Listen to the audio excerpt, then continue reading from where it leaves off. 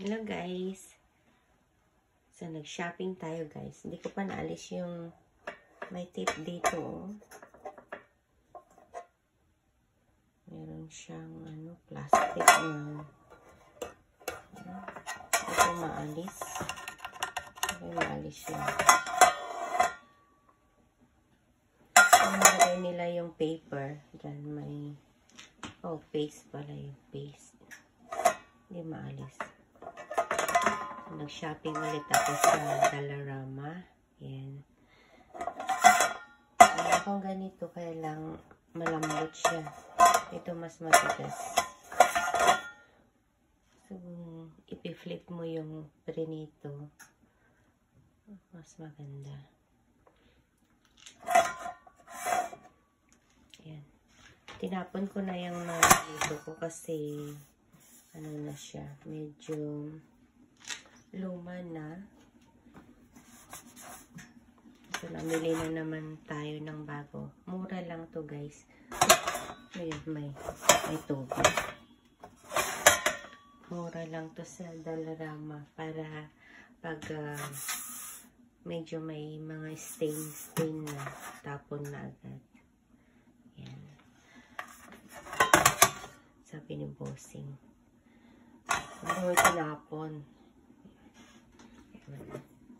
So, ngayon, bumili din ako na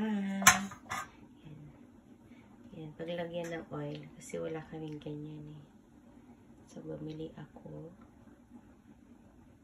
yan, sa Dollarama lahat yan, mura lang. Ito, $2. Magkano ba to? Parang $1 yata.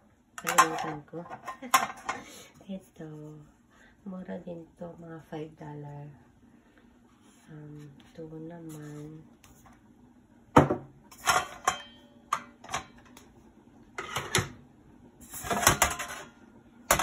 wala na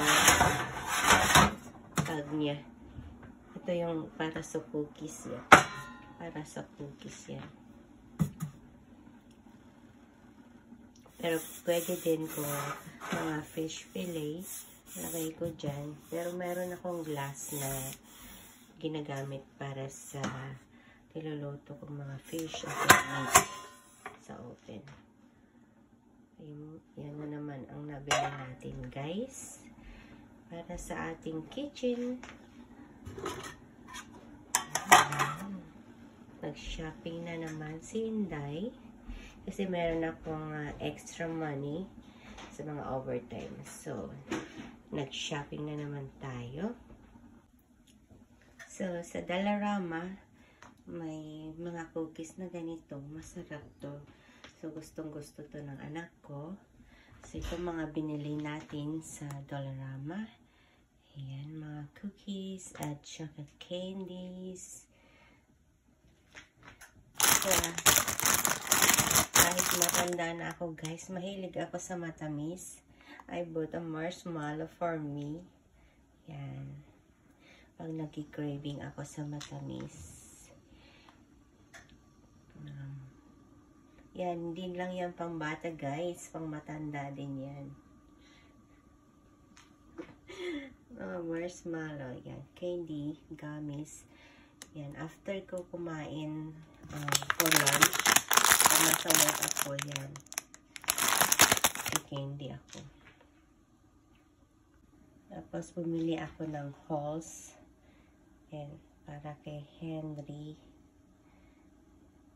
Yan. So, dalawang ganitong binili ko. Nilagay ko na sa lalagyan namin sa sala. Dalawang candy. Saka dalawang ganito nilagay ko na sa container natin. So, ito guys ang favorite ko na kainin. Yan. Pag nag-craving ako ng mga junk foods, ito ang favorite kong kainin. Yan. Binili ko siya sa Dollarama.